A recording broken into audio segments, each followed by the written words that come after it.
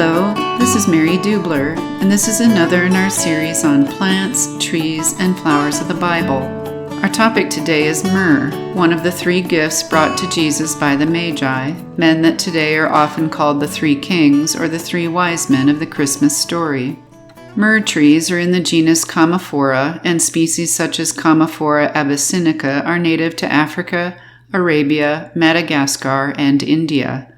A myrrh tree often looks more like a shrub than a tree, as it has a short trunk and rarely grows to a height of more than 8 or 9 feet.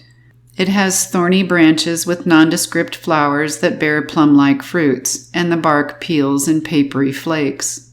The important product from the myrrh tree is its sap. The English word myrrh is from an Arabic word meaning bitter. Myrrh sap is bitter tasting but has a pleasant scent, and throughout the centuries it was highly sought after as a perfume, for incense, and for medicinal purposes. The Egyptians considered myrrh to be an important ingredient in the embalming process, and even used it as an insect repellent. Modern uses of myrrh are as an ingredient in perfumes, tonics, and some pharmaceuticals. Myrrh sap is harvested by repeatedly wounding the trees to bleed the sap. When the sap is exposed to air, it hardens into globules called tears, which are then collected from the trees. Matthew chapter 2, verses 1 through 12 describe Magi from the east giving Jesus gifts of gold, frankincense, and myrrh. For the Magi, bringing gifts was particularly important when approaching a superior, and these expensive gifts were worthy of Jesus, the King of Kings and Lord of Lords. There are 2 other important mentions of myrrh in the Gospels of the New Testament. Mark chapter 15, verse 23 states that before Jesus was nailed to the cross, he was offered a mixture of wine and myrrh, which he refused. Myrrh mixed with wine was widely used in ancient cultures as an anti-inflammatory and as an analgesic, something to deaden pain.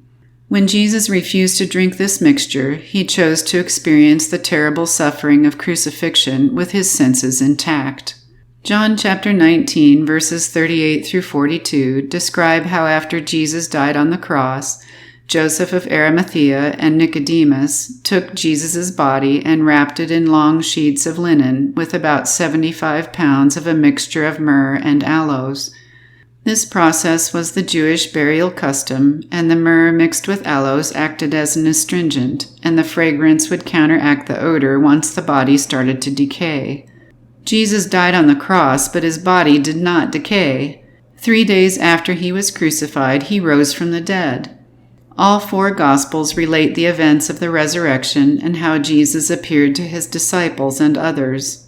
Jesus, the King of Kings and the Son of God, suffered and died as atonement for the sins of the world, but then he defeated death and rose from the grave to give eternal life to anyone who calls him Lord.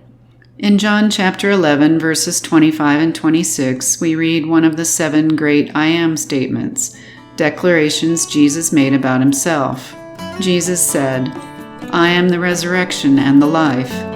Anyone who believes in me will live even after dying. Everyone who lives in me and believes in me will never ever die." This is Mary Dubler, and I hope you've enjoyed learning about myrrh. Please watch others of our videos in this series on plants, trees, and flowers of the Bible.